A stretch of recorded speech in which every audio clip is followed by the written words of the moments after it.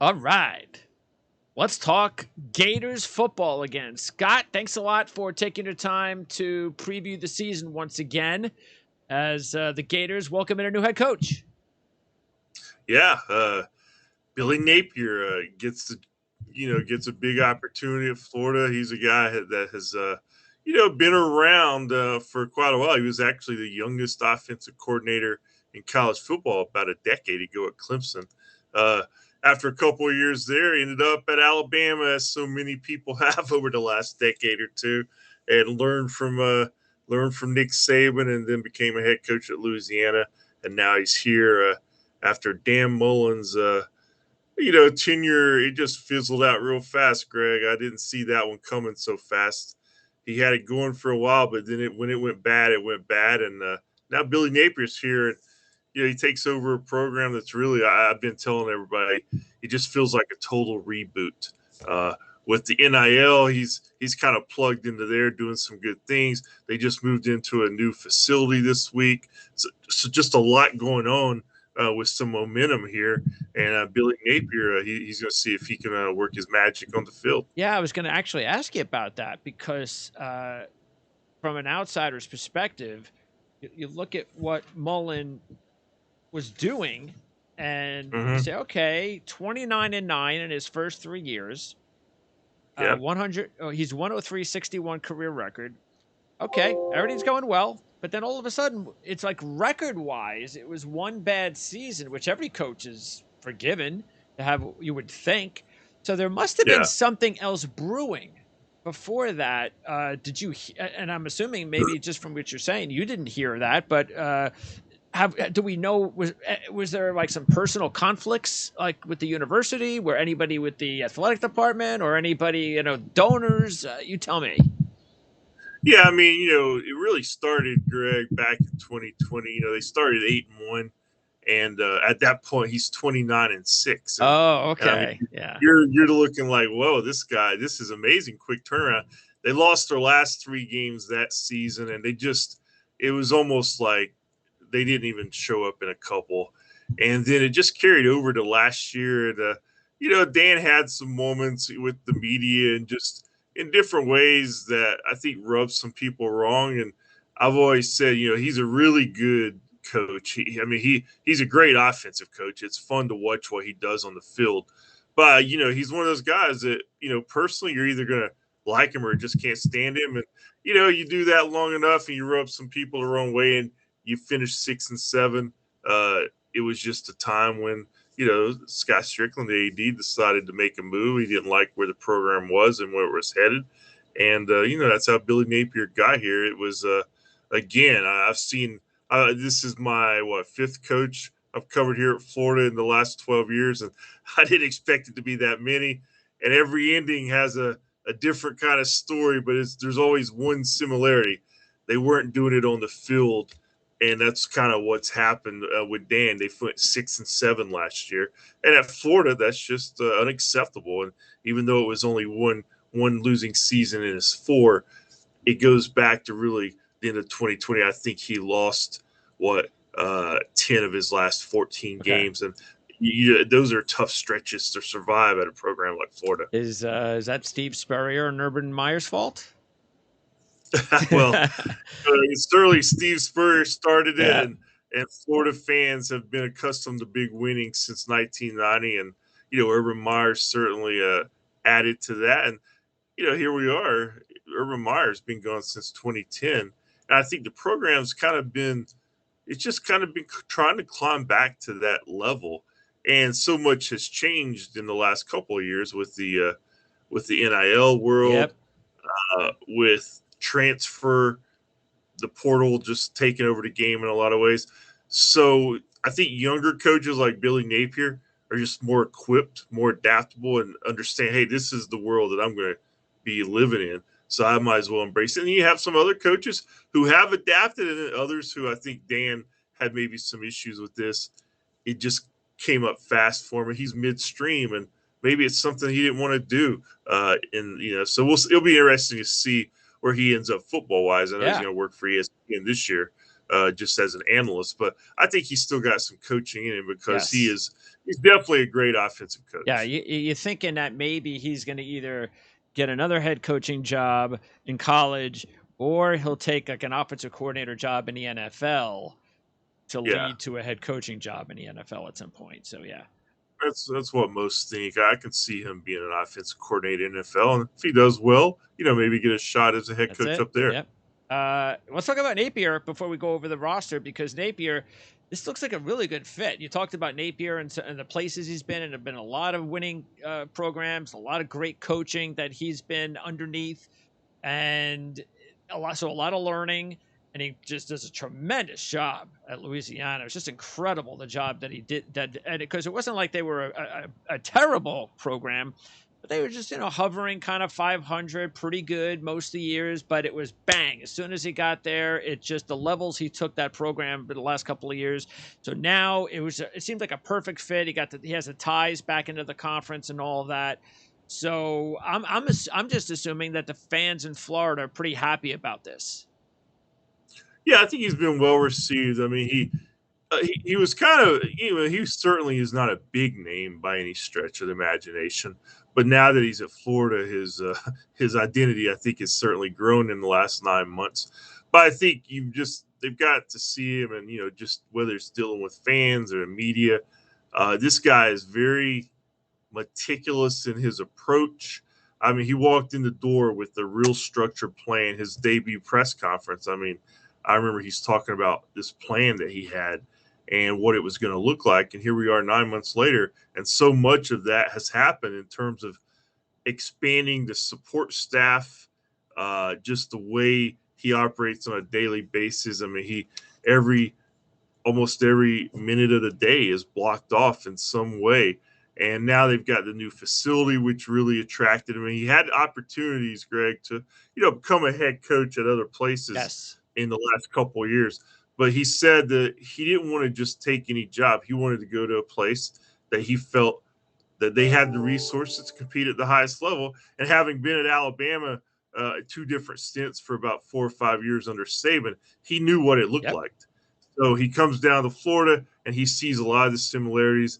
And now, guess what? He's got the keys to the house, and now he gets to see if he can do what others haven't been able to do at Florida now for over a decade. And the Gators have not made or they have not won the SEC championship since 2008. That's too So, I long. mean, Way too long. yeah, I mean Yeah. that's the longest streak in school history. So, it's time. And he's looked at the whole new world of the NIL. I mean, Florida has all the resources and the means to be a player in that world. So I just think he's still just getting started. But if you just need a little sign of what's happening, I mean, they're talking about the Gators in the recruiting world more than they have in the last 4 or 5 years. So I think he's off to a good Yep, start. that's where it starts. No question about it. Let's go with the roster now. Quarterback Anthony Richardson. And we talked about this last year, Emory Jones and the difference he brought to the table. And it wasn't like Jones had a bad season. He threw for over 2,500 yards, good completion percentage, added the 758 on the ground. So that's a pretty good season. But then it's football. You got the backup. Everybody's in love with the backup, and you know how Yeah. talented this kid is, athletically gifted. They want to see, could he? Yeah, we like Jones, but this kid, man, if he just gets some more time, the quicker he gets in there, the quicker it'll be before he can identify into a really good premier quarterback in the SEC. So now it's his job. So how is it looking so far with him being the man? Well, I mean, he certainly, I think, handled it well this camp. I mean, you go out to practice and you can see he's more comfortable. He's still, I mean, Anthony's just a physically gifted player, and he has all the tools that the scouts love in your quarterback. I mean, this guy's got a big arm.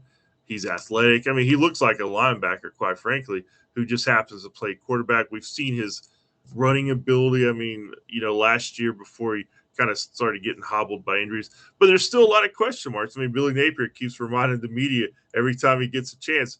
Anthony's completed 33 career passes. So Yeah. there's a lot of unknowns there. But what you said earlier, Greg, it's the oldest story in football.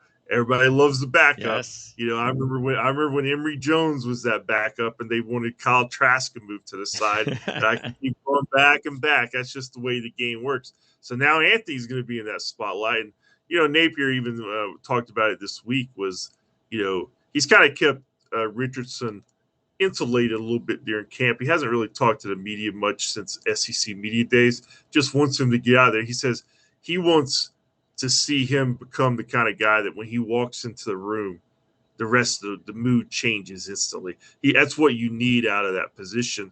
And I think that's something that you have to go through it to be that guy. I think Anthony's learning there, but I think that's just going to take time. The part on the field we're going to get to see in about 10 days. We know what he can do there, but again, we haven't seen him do it consistently.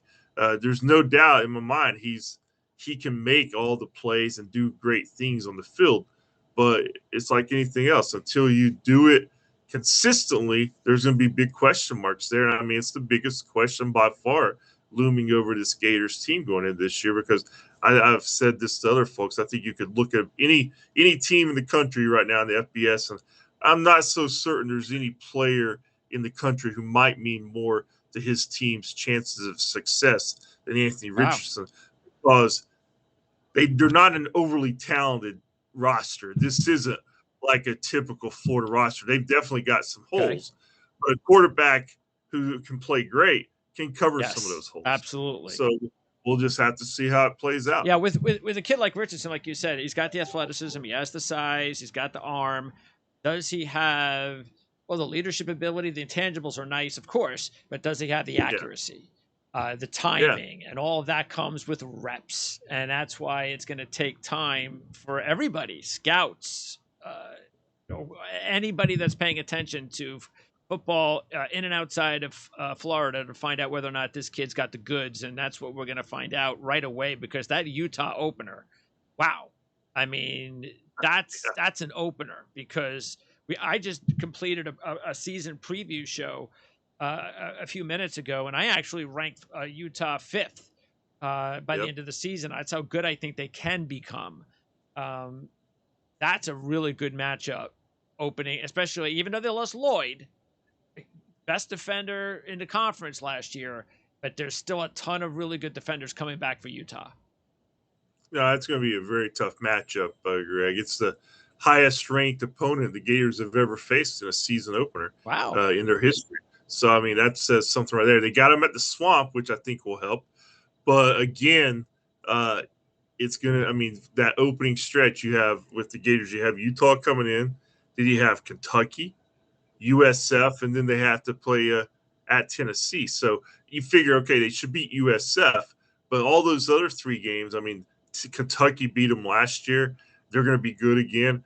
Tennessee's obviously on the rise. They've owned Tennessee the last 15, 16 years, but I think Tennessee has turned a little bit of a corner in recent years. So here we are. I mean, it could be a rough going for Anthony Richardson early, and they could take some lumps, or maybe they surprise us and they get out of the gate fast. But it all starts with Utah. I mean, if they beat Utah, I mean, that's going to do wonders. And Anthony plays well. That's going to do wonders for the confidence. So we'll just have to, that could shape where they go. But it's going to be a tough matchup. Yeah, because I was when I put down the schedule, I said, okay, out of the 4 toughest home games they have, the 3-game stretch you talked about at home is the toughest, because even South Florida is going to be better this year. I'm not saying Florida should lose to South Florida. That's different.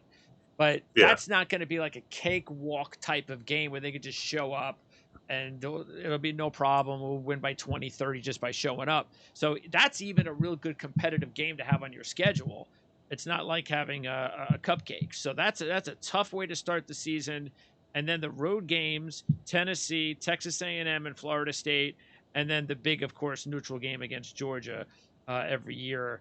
And that's you looked at what happened last year too, the Alabama game especially, where it just shows you how close the team seemed to be, and they just couldn't finish the job. and that just really changed the direction of everything that's been going on. Maybe that's confidence, just the confidence of we can play with these teams, but can we beat these teams? Yeah. No, that would have been a signature win if they'd finally gotten over Bama. Since that game in '08 when they beat Bama in the SEC championship, and then they lost to them in '09, Tebow's final season, they haven't beat Bama since Wow. then. And I think they're 0-6 against them. And the closest they came was last year here, and they missed a kick early, got down, but really played well Yeah. the second half, and took control of the game. I But thought they were going to again, win. Like you said, they took yeah, I control of the mean, game. Yeah. yeah, momentum was on their side. They lost, and then of course I think the loss that really disrupted everything and kind of set in motion what we saw transpire was that loss at Kentucky. They had 18, I think 17, 18 penalties, and that you kind of felt not only were they an undisciplined team, that some of the things that lingered from the end of 2020. But I think I think Mullen started losing some guys on the team, and then they made some coaching changes at mid-season. That's never a good thing, Greg. No, not at all. And the writing was definitely on the wall. Uh, what about this Jack Miller kid? Yep. What is this? Because we see a lot of top 4 or 5-star kids, and all right, but that doesn't mean anything. The transfer portal's there for a reason. Um, have you seen him? Do you know what the coaching staff believes in this kid? Because Richardson is not, a senior. He's not going anywhere for a few years at least. So is Jack Miller's the type of kid that is going to make sure Anthony Richardson plays well? Because if he doesn't, they're just not going to give him the team and just it's your team. Don't worry about it. We'll win and lose with you. Or will it be, hey, you know what? We have a pretty good talented kid back here that if you don't play up to your level, we might just put him in there.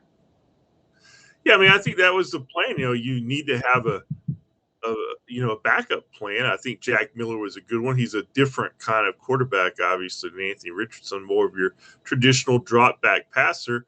And I think in a perfect world with Billy Napier, he's a coach that has always kind of taken what is given and limit the mistakes. I mean, that's the way he played at Louisiana. So, if they're trying to take Anthony Richardson away in any, RPO or any kind of run game, and that's going to be a factor. I mean, I can see Miller having gotten some reps. Now, a little bit of a twist here is Miller broke his thumb last week in practice. Okay. So he's going to get the first at least 2 games. Napier said this week that ideally he would be available for game 3. So that means right now the backups, it's kind of a competition between Jalen Kitna, who's a father. John used to be in NFL, and then you got another guy who's a walk-on, Kyle Engel. He's been in the program for about 3 years. They're both definitely more out of the Miller mold than anything close to Anthony. So I think right now with the situation, the best case scenario is Anthony plays well, stays healthy, and they don't have to go to the backup. But, they're working those 2 guys in case. And then, as I said earlier, I think ideally they'd like to get Miller some drives here and there, maybe give Anthony a break or just to give another look to the defense if they're kind of shutting down what they want to do with Richardson. Okay. Running back situation. So big loss. Pierce is gone. Wright returns. And now I hear that he was injured late last season, so he did not participate in the spring, correct? Correct. How's the status? Are these supposed to be okay week 1? And is he the number 1 guy, or is the number 1 guy going to be Napier's boy from Lafayette, Montreal Johnson? Yeah, I mean, I think first of all, Naquan is healthy. He's been fully a go here in camp, and I think you're going to see kind of a split role there with Naquan Wright and Montreal Johnson.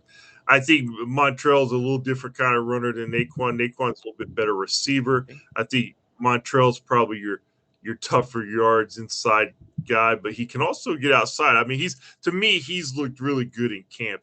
He's a big downhill runner. I like the way he runs. He just hits the hole and goes downhill.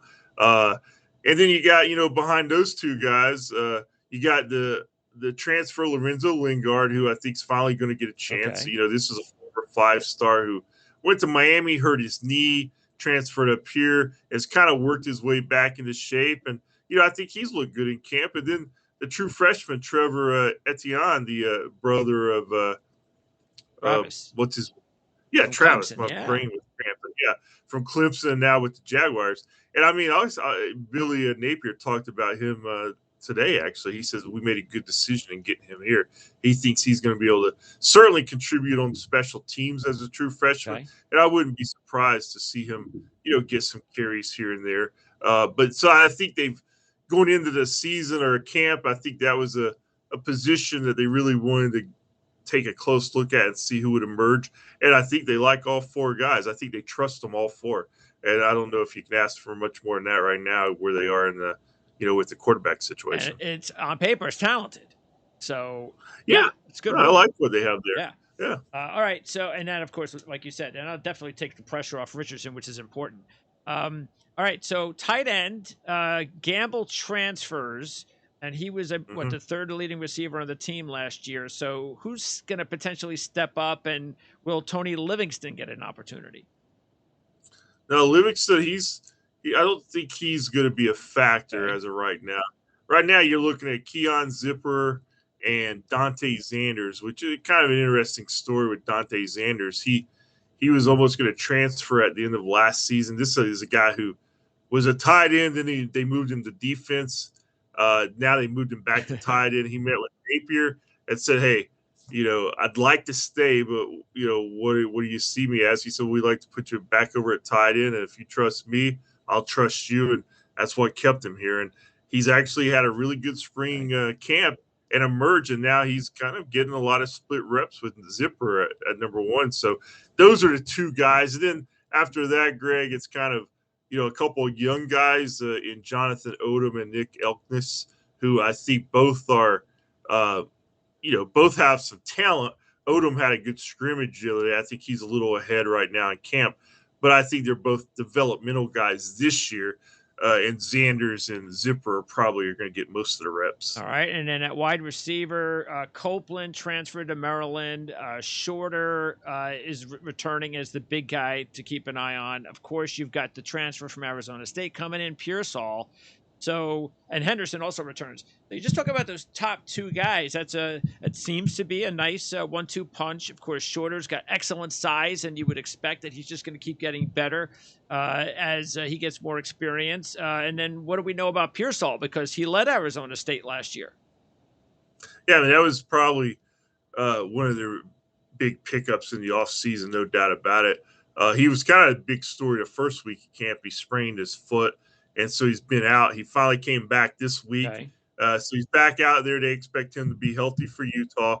But he's by far, just from what I've watched, he's probably their best just quick cutter. He can get open in the slot. I think he's going to be a dangerous guy used that way. I think Shorter and Henderson are more on the outside. And both of those guys, I think, are going to get better. I think they both have a lot of their best footballs ahead of them, as they say. I think Shorter, he's always been an intriguing talent. This guy, is a 5-star, started at Penn State. You look at him and you're like, man, this guy looks like he is a player. And I think he's always kind of played in the shadow a little bit his first couple of years here. But I think, this year the light's right there on him, man. And then right behind him, are those three guys. To me, I think a guy who can be a sleeper of the offense is Trent Whittemore. I really like him. He's more of a slot guy, but he can also play outside. He's a Gainesville kid, grew up. His mom played volleyball at Florida. His dad's a local high school coach here, and he's one of the best athletes on the team.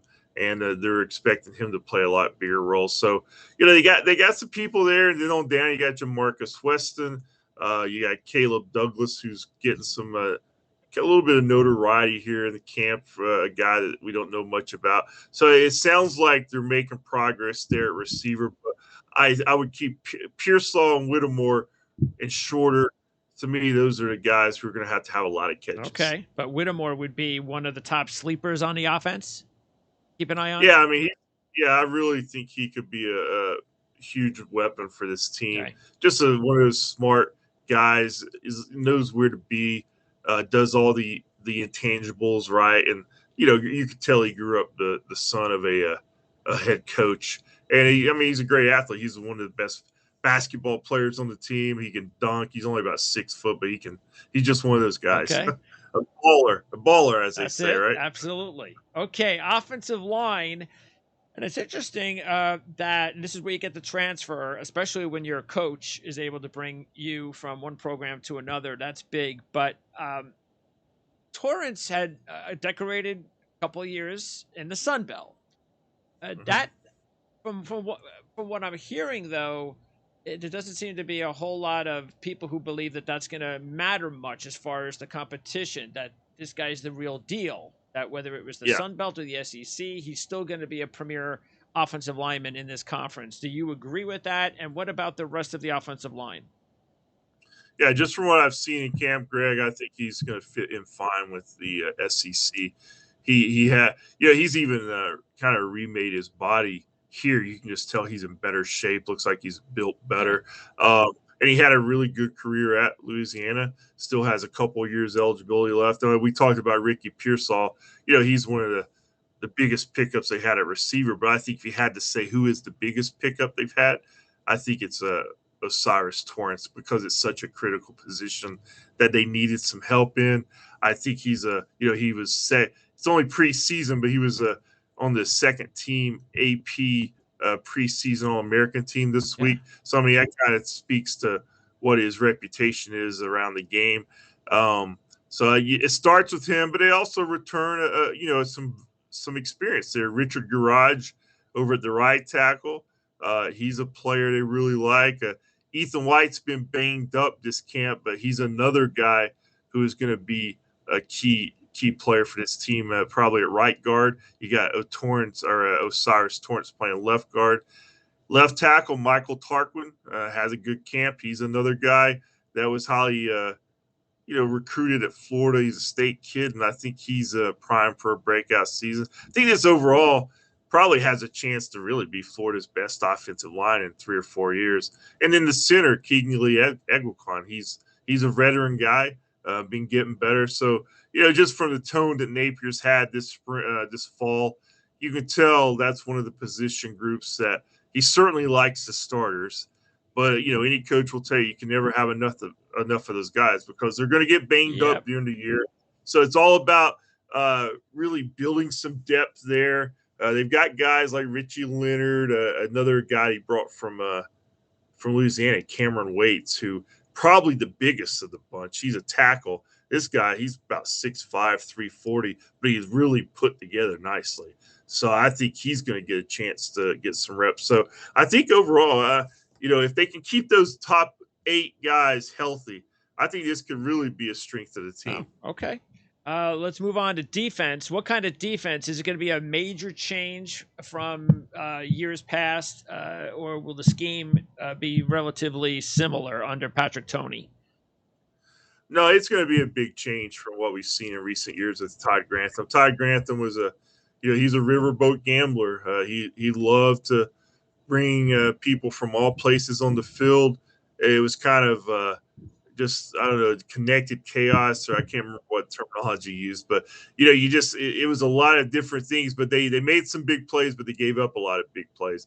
I think this is more, Patrick Toney is more of a fundamentally sound traditional front seven, plays, the creeper defense where they kind of get closer to the line as the snap count goes, but they're going to be challenged defensively. I mean, I'm not even going to sit here and try to pretend that this is one of Florida's most talented defenses. I think, besides Anthony Richardson, how that works out, I think the biggest question mark is going to be the defensive line and really the front seven. I just don't know if they have the talent or depth right now. It's just going to be a week by week thing. There's going to be a lot of young players getting a lot of looks early. And I mean, talking about opportunity and the door being wide open for some of these guys, it's there because they need some help up front. Taking a look at what, of course, Carter's gone, but the two guys, Gervin Dexter, is he the top guy up front? Yeah, he's without question the guy that they're really hoping that kind of breaks out and becomes a player that everybody thinks he can be. I think Dexter, if you saw him right now he's going to pass all the eye tests, and just because of the way he's built and the way he looks, I mean, he's probably going to get drafted in the NFL. But I don't think he's really shown up as consistently as they need. Nowhere close. Okay. So it's going to be huge for him to have a big year up front And then for this the other guy defense. is Desmond Watson because of his size, which is incredible. I can't Yeah. imagine he's still at 415 pounds. I think Big Dez is still around that, man. Wow. He's still right at 400, if not. He may have lost a few pounds, but I still think I don't know where he is in terms of development. I think that we've heard it. He's so intriguing of a prospect whenever you see someone that Sure. size, and but he's continually asked, and it was with Mullen and now Napier, and they're always kind of hesitant to praise him too much. That tells me that he's probably still not where they want him to be and need him to be. Okay. But if he can get there, it could be a huge difference maker, because I mean that's one of the things that has made Alabama so great under Saban. They've always had those big space eaters in the middle, man, and you need that in the SEC. And when you don't have it, you're going to get exposed and really put pressure on your linebackers and your back end. And so they need him. They've got Brenton Cox Jr. on the outside. They're really looking for a big year from him. I think he could be one of their better players up front. They have Ventrell Miller back at linebacker. That was a key loss last year. He's obviously a 6-year senior now, so he's the communicator, the leader of that group. I think that's going to be huge because they're going to rely on a lot of young players up front. And some other names besides Dexter. I think you got Chris Thomas Jr. You've got Chris McClellan, Princely Umamelon. These are all guys who they're going to roll in and out, and there's more. And it's just really who's going to step up, who's going to make the plays. And so I think early on, you're probably going to see a pretty heavy rotation up front on the defensive line and just see kind of what sticks. All right. So you mentioned Cox and Miller, and they're going to be the edge guys, outside linebackers, because speaking of linebackers, you had 2 transfers out, and Moon graduated. So you got those 3 gone. But tell me about this kid Black. He was a top JUCO last year. So is there a possibility that are they hoping that he has like a more of a breakout season this season? They take it, but right now I think Greg, he's probably more of a depth guy. I don't think he's had the kind of camp where he's going to be a starter or anything. I think a linebacker really, Ventrell is that middle guy. Okay. Cox and Princely, I always mess up his last name, Uman they're kind of on the edge.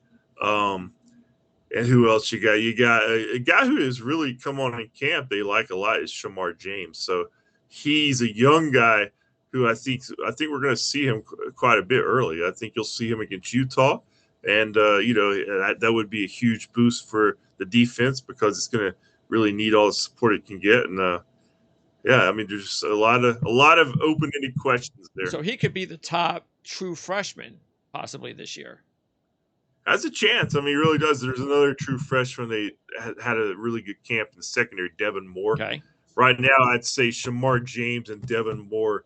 Those 2 guys seem to be on defense. The 2 true freshmen, who've had probably the best preseason camps. And does Bernie return?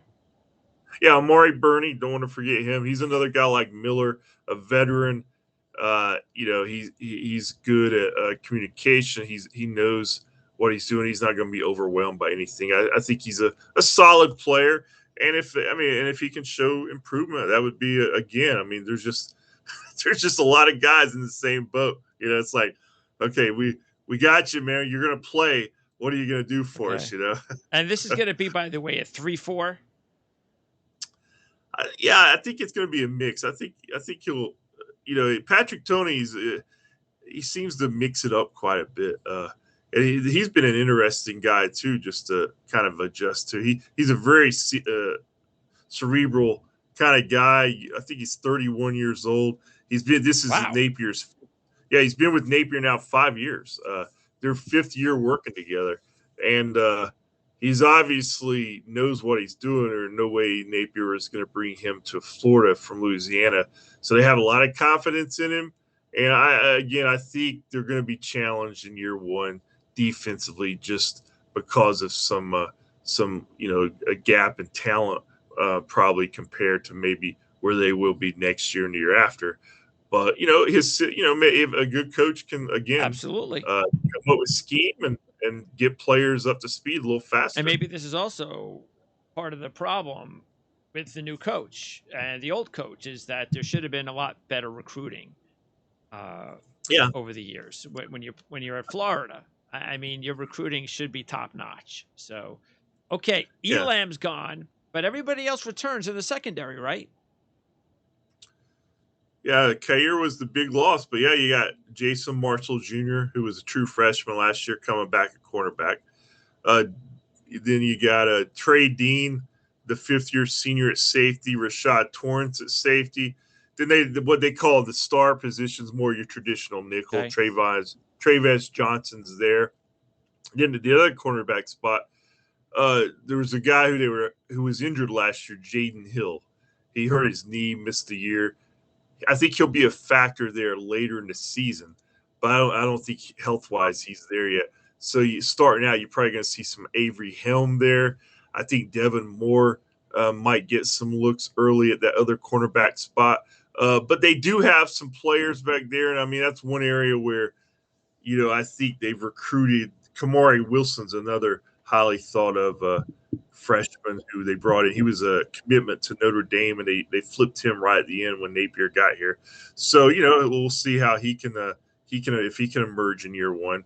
But I think on the back end they have some talent, and that will certainly help. They're young, but when you have so many question marks up front, the better they can play, it's going to help, Who obviously. do you like as far as a ceiling talent wise in that secondary the most? I'm a big fan of Jason Marshall Jr., the cornerback. He's a true sophomore. Florida, when you look, traditionally their cornerbacks over the years, whether it's Vernon Hargraves or CJ Henderson, Yes. uh, some guys like that, he kind of fits that mold Okay. just from what I see. You could tell he's a player. Yeah, I think year one, he learned on the job.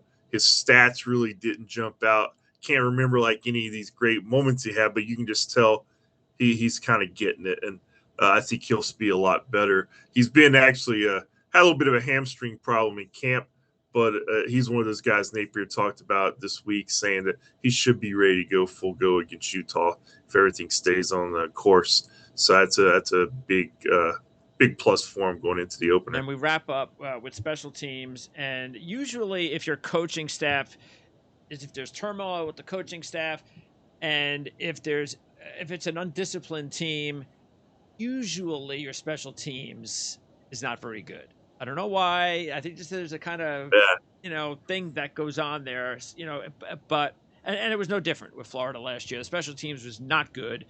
But the good news, I guess, is that it's completely new. yep. So everything's new, right? Kickers, obviously, coaching. So is that a good thing? Again, as bad as they were last year, I guess it's a good thing, right? Yeah, I think they need a reboot there for sure, man. I mean, they had a run of really good kickers for a few years with Eddie Pinedo, and then of course Evan McPherson, who became a kind of a rookie Yes. sensation in the NFL last year. And now, last year they struggled at that kicking spot, and now you got a true freshman in Trey Smack, a highly recruited kid from Maryland, came down here, and then they have a walk-on, Adam Mahalik, who's they've been kind of battling. Napier said it won't be too surprising to see one guy handle kickoffs and another guy handle field goals. I think ideally Trey Smack, let's face it, you brought a kicker down from Maryland to the University of Florida. You want him to be the guy. And I think he's got a big leg. I just think he's getting acclimated here in camp. So I think he's going to be the guy eventually. And then on the flip side, the punter position, Jeremy Crawshaw, the Australian kid who he came in, and I think he's a solid. I think they'll be good at the punter position. Australian punters. I mean, that's Yeah. just the wave of college football. Yeah, first one they've had here, but he's the real deal. He has all the accent, and he's a kind of a character too. So it's funny to But he's actually a little different than a lot of these guys because a lot of them are like, when they get over here, they're already like 24, 25. He's more your traditional. He was 18 when he got Okay. here, so he's more your college age guys. He didn't play rugby or anything for 4 or 5 years before he decided to come over. All right. So the Gators, what are you're looking at a transformative type of season? Like, okay, there's a lot of newness to this program now, but can't really ask for too much, especially when Kentucky is just going to be solid again, and their quarterback could be a first-round draft pick. We know Hooker and Tennessee are going to be as good as they've been in years. Even South Carolina is improving. They get Rattler back there, uh, so this is going to be a tough division, and obviously Georgia.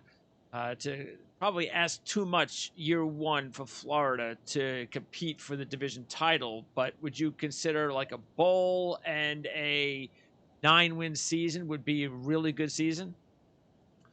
Yeah, I think a bowl and 9-win season. I might sign for that right now, Greg. I think it's Florida, and the fan base obviously expects a lot.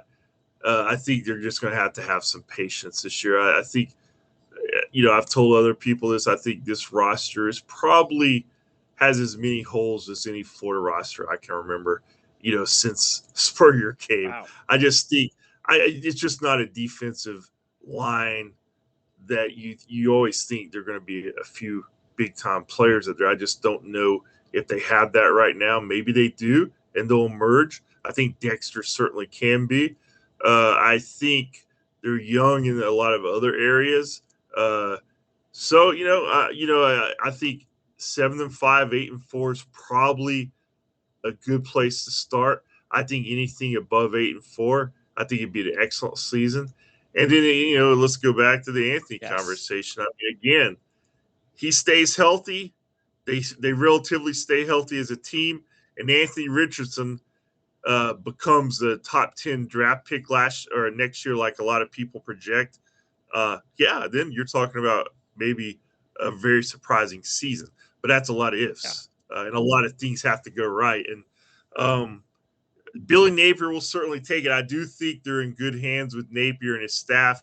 I really like his approach. I like what he's doing behind the scenes. This guy just seems like he's been preparing for Yep. this for years, man. And fans, we live in a day-to-day world where they don't want to hear too much about that stuff in the future. But I think this year, the wise Florida fan might be okay. You know what?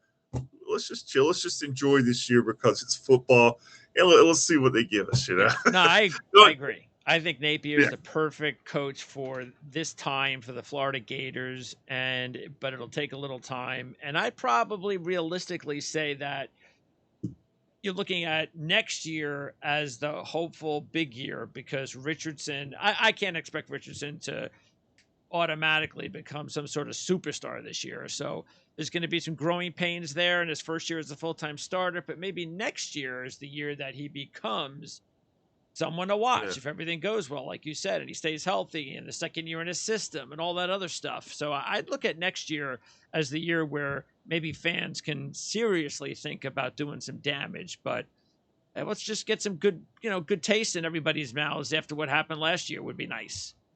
So Yeah, I mean, they've got a lot of positive momentum in the program, and Anthony, he's going to be fun to watch regardless. I mean, yeah, he's one of those guys that when he has the ball in his hands, I mean, he's just fun to watch. You don't really know what he's going to do, and you kind of sometimes you're like, whoa, he really just did that. And I'm just really hoping he stays healthy and makes it interesting. And they're going to need, as we've talked about, some guys really to that we don't know who they're going to be as we sit here and talk right now, but maybe in a couple months we'll be like, okay, that guy, he's really making a difference, and they'll be better for it. They're going to need some of those guys for that 8-4, 9-3 to become a possible reality. So we'll see, man. It's a different kind of season, but I just noticed. I'm glad it's almost here. I am too. And I appreciate, Scott, you taking your time to do this again. And depending on what kind of news happens during the season, we hope to check in with you again especially if there's maybe if there's a big Florida game this year, which everybody would like. If there Yeah. is, hopefully we'll do this again. At the very least, hopefully even talk about a bowl game. But again, I appreciate it. And again, FloridaGators.com. Check it out. By the way, do you have your own show podcast? Oh yeah, it's just Gator Tells. You can link it from our site. We do it once a week, a couple times here and there.